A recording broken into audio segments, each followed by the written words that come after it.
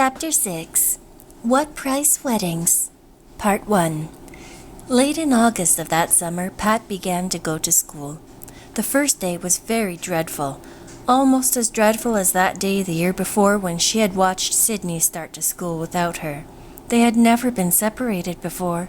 She had stood despairingly at the garden gate and watched him out of sight down the lane until she could see him no longer for tears. "He'll be back in the evening, me jewel. Think of the fun of watching for him to come home," comforted Judy. "The evening is so far away," sobbed Pat. It seemed to her the day would never end. But 4:30 came, and Pat went flying down the lake to Green Sid. Really, it was so splendid to have him back that it almost atoned for seeing him go. Pat didn't want to go to school. To be away from Silverbush for 8 hours, 5 days out of every week was a tragedy to her. Judy put up a delicious lunch, filled her satchel with her favorite little red apples, and kissed her goodbye encouragingly. "Now, darlint, remember it's going to get an edication ye are. Oh, an edication is a great thing, and it's myself do be after knowing it, because I never had one." "Why, Judy, you know more than anybody else in the world," said Pat wonderingly. Oh, to be sure I do, but an edication isn't just knowing things," said Judy wisely. "Don't ye be worrying a bit. You'll get on fine. You know your primer, so you've got a good start. Now run along, girleen, and mind you're rail mannerly to your teacher. It's the credit of Silverbush you must be keeping up, you know." It was this thought that braced Pat sufficiently to enable her to get through the day. It kept the tears back as she turned, at the end of the lane, clinging to Sid's hand, to wave back to Judy, who was waving encouragingly from the garden gate. It bore her up under the scrutiny of dozens of strange eyes and her interview with her teacher. It gave her backbone through the long day as she sat alone at her little desk and made pothooks, or looked through the window down into the school bush, which she liked much better. It was an ever-present help in recess and dinner hour, when Winnie was off with the big girls, and Sid and Joe with the boys, and she was alone with the first and second primers. When school came out at last, Pat reviewed the day and proudly concluded that she had not disgraced Silverbush. And then the glorious homecoming. Judy and Mother to welcome her back as if she had been away for a year, the baby smiling and cooing at her. Thursday running to meet her, all the flowers in the garden nodding a greeting. "I know everything's glad to see me back," she cried.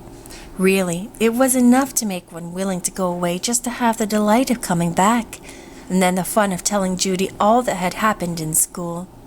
"I liked all the girls except May Binney. She said there wasn't any moss in the cracks of her garden walk. I said I liked moss in the cracks of a garden walk. And she said our house was old-fashioned and needed painting. And she said the wallpaper in our spare room was stained." Oh, and well you know it is," said Judy. "There's that lake to the chimney that Long Alec has never been able to fix, try as he will. But if you start out to be listening to what a Binny says, you'll have an airful. What did you say to Miss Fine Binny May, darlint?" "I said Silverbush didn't need to be painted as often as other people's houses because it wasn't ugly." Judy chuckled. Oh, that was one in the eye for me, Fine May. The Binny house is one of the ugliest I've ever seen for all of its yeller paint. And what did she say to that?" "Oh, Judy, she said the pink curtains in the big parlor were faded and shabby. And that crushed me, because they are, and everybody else in North Glen has such nice lace curtains in their parlors."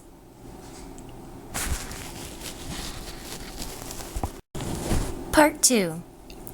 But this was all 3 weeks ago, and already going to school was a commonplace, and Pat had even begun to like it. And then one afternoon, Judy casually remarked, out of a clear sky, so to speak, "I suppose you know that your Aunt Hazel is going to be married the last week in September?" At first, Pat wouldn't believe it, simply couldn't. Aunt Hazel couldn't be married and go away from Silverbush. When she had to believe it, she cried night after night for a week. Not even Judy could console her.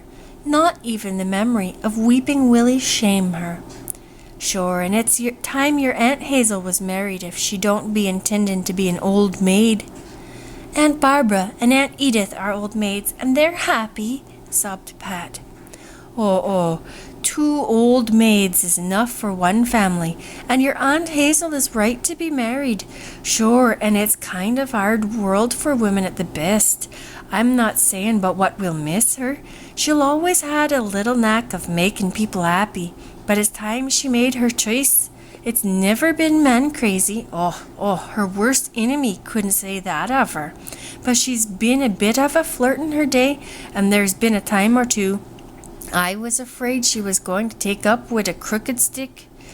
Judy, she would away be saying to me, I want to try just a few more beaux afore I settle down. It's a bit of good luck that she's made up her mind for Robert Madison. He's a rail steady feller. You'll like your new uncle, darling. I won't, said Pat obstinately, determined to hate him forever. Do you like him, Judy? To be sure I do. He's got more in his head than he'll comb out ever, if I warrant ye, and a storekeeper he is, which is a bit easier than farming for the wife. Do you think he's good-looking enough for Aunt Hazel, Judy? Oh, I've seen worse. Maybe there's a bit too much of him turned up for fate, and there's no denying he has flying jibs like all that family. They took it from the calendars. Never did anyone see such ears as old Henry Callender had. If you hadn't been seeing anything but his head, you couldn't have told whether he was man or a bat. But it's the lucky thing they've got pared down a bit to the Madison mixture. Robert's got a rail nice face, and I'm after telling you, we're all well satisfied with your Aunt Hazel's match. We've had our worries, I can be telling you now. There was Gordon Rhodes back a bit, but I never believed she'd take a scut like him, too crooked to lie straight in bed like all the Rhodeses. And Will Owen, to be sure, Long Alec liked him, but the man had no more to say for himself than a bump on a log. If the good man above had struck him dumb, we'd never have known it. For me own part, I like them a bit more flippant. At one time, we did be thinking she'd take Siddy Taylor, but when she told him one night that she couldn't abide his taste in neckties, he went off mad and never come back. Shall blame him for that. If you do be wanting to take a man ever, Pat, don't be after criticizing his neckties till after you've landed him afore the minister. And your mother kind of liked Cal Gibson. Sure, and he was like the ladylike creature, but he was one of the Summerside Gibsons, and I was afraid he'd always look down on your Aunt Hazel's people, barring the fact that he was a queer-looking as cross-eyed cat. But this Robert Madison, he kept a-comin' and a-comin', always bobbing up whenever one of the other lads got the mitten on the wrong hand. When the Madisons do be wanting a thing, they have the habit of getting it in the long run. Rob's Uncle Jim now. Didn't I ever tell you the story of how he pickled his brother in rum and brought him home to be buried? Pickled him, Judy. I'm telling you, Ned Madison died on board Jim's ship back in 1850 when they were in the middle of the Indian Ocean. Everybody said he must be buried at sea, but Jim Madison swore to all turn blue that Ned should be took home and buried in the family plot on the island. So he got the ship's carpenter to make a lead coffin, and he clapped young Ned in it and filled it up with rum. And Ned come home fresh as a daisy. I'm not saying that Jim was ever the same man again, though, mind ye. And that's the Madison for ye. It's all for the best as it is, and we must have a rail fine wedding for the honour of the family. Pat found it hard to be reconciled to it. She had been so fond of Aunt Hazel, far fonder than of Aunt Edith or even Aunt Barbara. Aunt Hazel was so jolly and pretty. Her face was as brown as a nut. Her eyes and her hair were brown, her lips and cheeks scarlet. Aunt Hazel looked her name. Some people didn't. Lily Wheatley was as black as a crow, and Ruby Rhodes was as pale and washed out. The rest of the Silverbush children took it more philosophically. Sidney thought it would be rather exciting to have a wedding in the family. Winnie thought it must be rather good fun to be married. I don't see the fun of it, said Pat bitterly. Why, everybody has to be married, said Winnie. You'll be married yourself some day. Pat rushed to her mother in anguish. Mother, tell me I don't have to get married ever, do I? Not unless you want to, assured Mother. Oh, that's all right, she said, relieved, because I'll never want to. The girls all talk that way, said Judy, winking at Mrs. Gardner over Pat's head. There's no judging the minute I might take the notion myself. Sure, and didn't I have the fine proposal the other night? Old Tom Drinkwine shuffled up here and asked me to be his fourth missus, so he did. Sure, and I all but dropped the new teapot when he come out with it. It's a long time I've waited to be asked, but me chance has come at last. Oh, Judy, you wouldn't marry him. Oh, and why shouldn't I now? And leave us? Oh, there's the rub, remarked Judy, who had sent old Tom off with what she called the tune the old cow died on. 'Twould be more than the quarter of any man that'd tempt me to do that same. But a whole man might tempt Judy some day, and Pat was uneasy. Oh, change was terrible. What a pity people had to get married.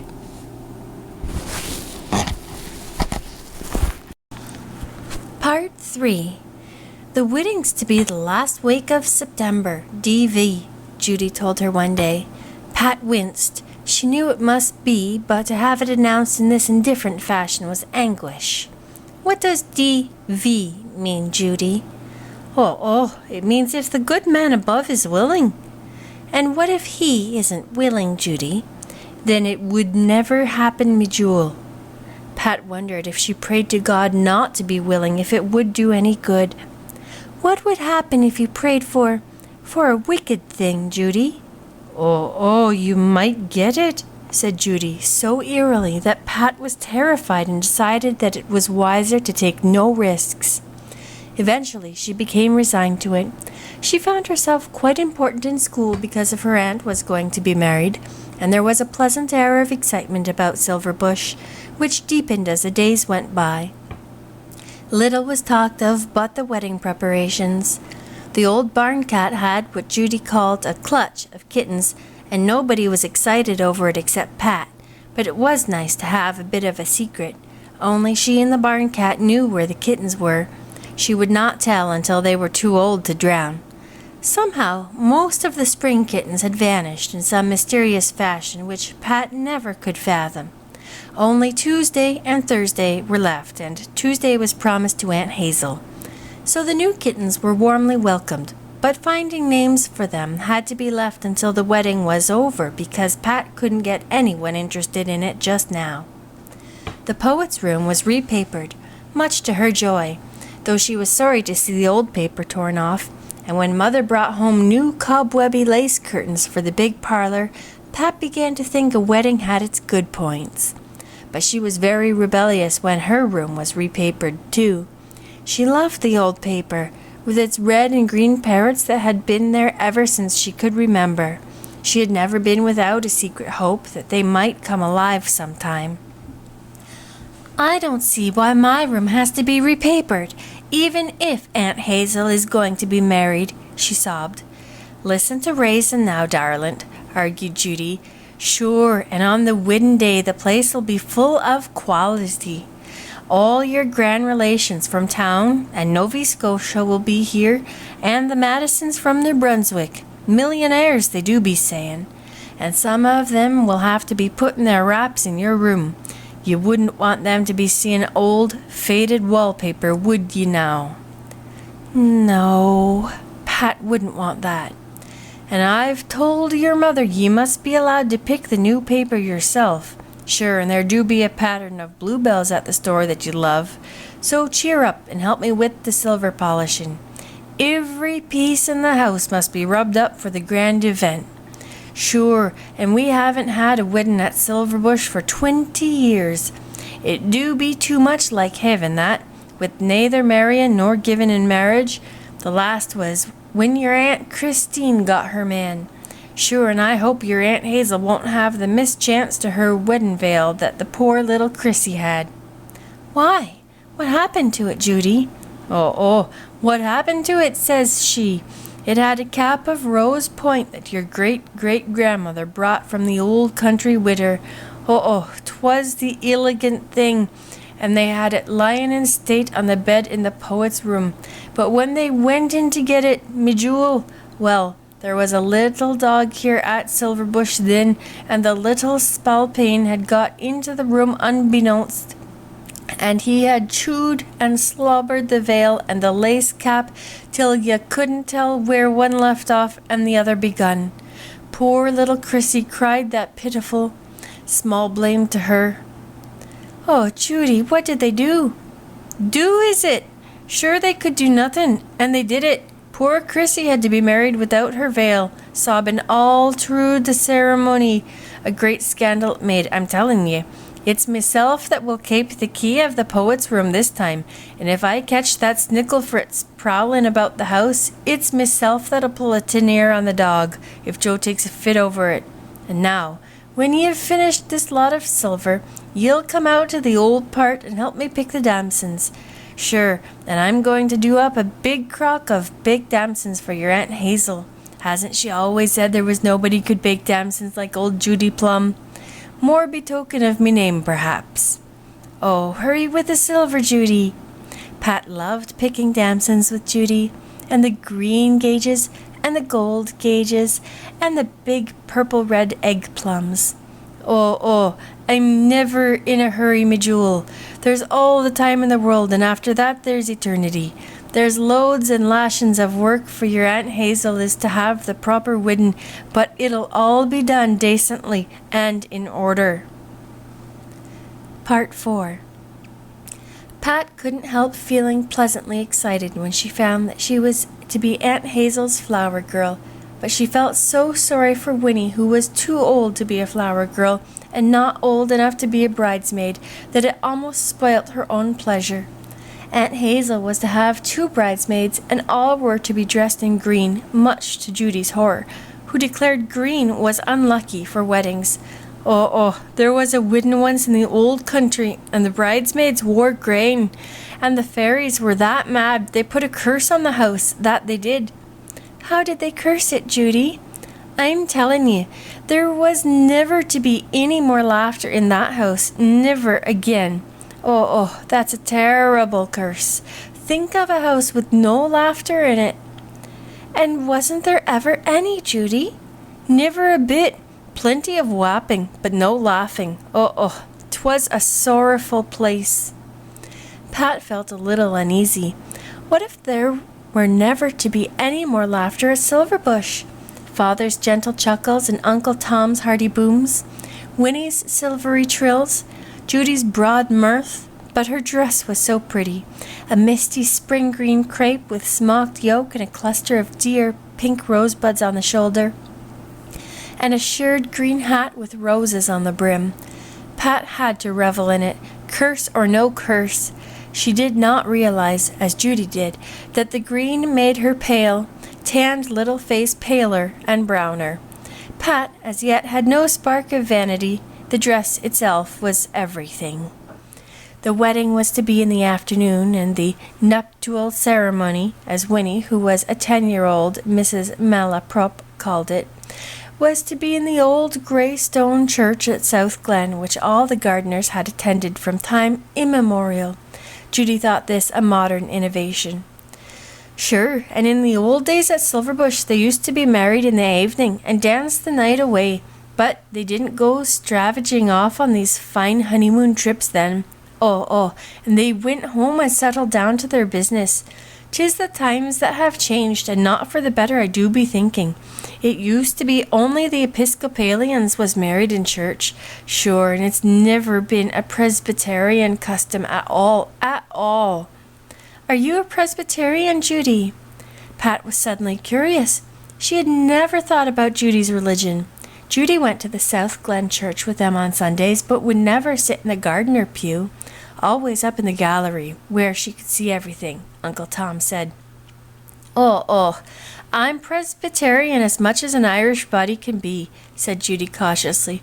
Sure, and I could never be a rail Presbyterian, not being Scotch, but anyhow, I'm praying that all will go well and that your Aunt Hazel will have better luck than your granddad's second cousin had when she was married. What happened to granddad's second cousin, Judy? Did you never hear of it? Sure, and it seems nobody'd ever tell you your family history if old Judy didn't. She died, poor little soul, of the pneumonia the day before the wedding, and was buried in her wedding dress. 'Twas a sad thing, for she'd been long in lending her man. She was 30 if she was a day, and it was hard to be disappointed in the last moment like that. Now, never be crying, me jewel, over what happened 50 years ago.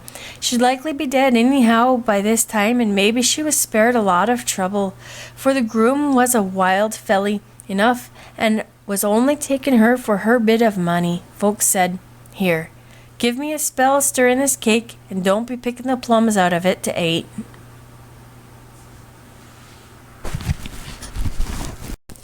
Part 5. During the last week, the excitement was tremendous. Pat was allowed to stay home from school, partly because everyone wanted her to run errands, partly because she would probably have died if she hadn't been allowed. Judy spent most of her time in the kitchen, concocting and baking, looking rather like an old witch hanging over some unholy brew. Aunt Barbara came over and helped, but Aunt Edith did her share of the baking at home because no kitchen was big enough to hold her and Judy Plum.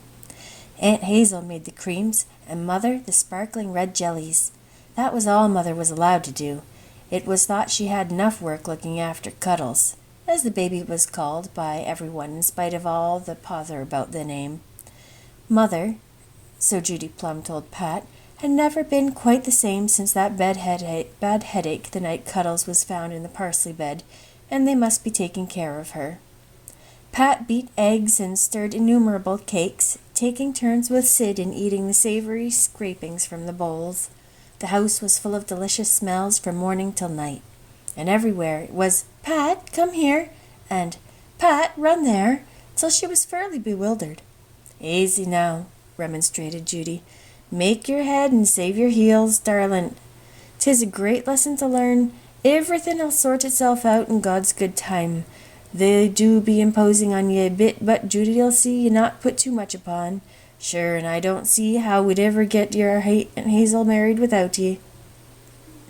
They wouldn't have got the wedding butter without her, that was certain. Judy had kept the blue cow's milk back for a week from the factory, and the day before the wedding she started to churn it in the old-fashioned crank churn, which she would never surrender for anything more modern.